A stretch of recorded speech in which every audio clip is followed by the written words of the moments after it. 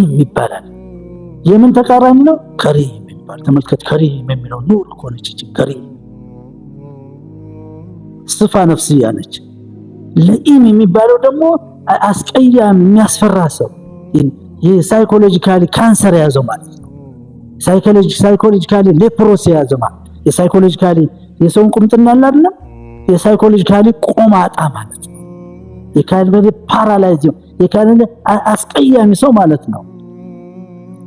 መሸከም በሱ ህይወት ገብተህ ስትናገር አንተ ይሄ የተናገርክበት ወይም ይሄን ጥያቄ የጠየቅከኝ ውስጥ ለኢም ስለሆንክ ነው፣ ኸቢት ስለሆንክ ነው፣ ቆሻሻ ስለሆንክ ነው ቢልህ ዝም ብለህ መቀበል አለብህ።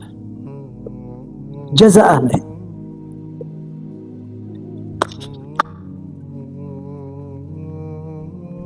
ሰዎችም ሲነግሯችሁ እንደዚህ በሉ። ለምን ተነግረኛለህ በሉ። ይሄን ለምን ነገርከኝ? ምን ጥቅም አለው? እኔ የሚጠቅመኝ ግን አንድ ሐዲስ ብታመጣ ይጠቅመኛል። አንድ አያ ብታመጣ ስለ ተቅዋ የምትናገር፣ ስለ አኽላቅ የምትናገር፣ ስለ ኸይር ስራ የምትናገር፣ ስለ ተውባ የምትናገር ብታመጣ አንድ ሐዲስ ብትሰጠኝ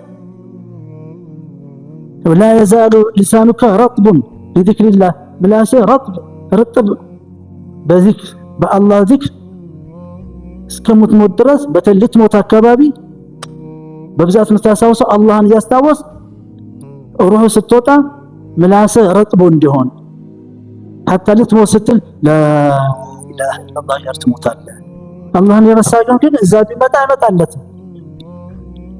እንደውም የሰራው በላ የሰራው መጥፎ ነገር ሁሉ የመጣ ነው። እዛ አይኑ ይፈጣል። ከዛ በኋላ ላ ሙስሊም ደስ ያለው ነው የሚሞተው። لانه كان يذكر الله كثيرا واذكروا الله كثيرا لعلكم تفلحون።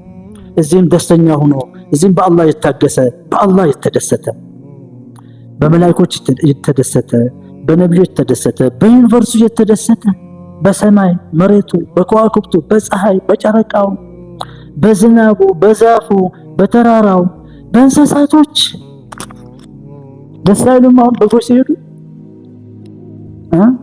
ደስ ይላሉ። ፍየሉ ሲመጣ ሲሄድ አላህ ሽፍ የሙስሊም የደስታው ምንጭ ብዛቱ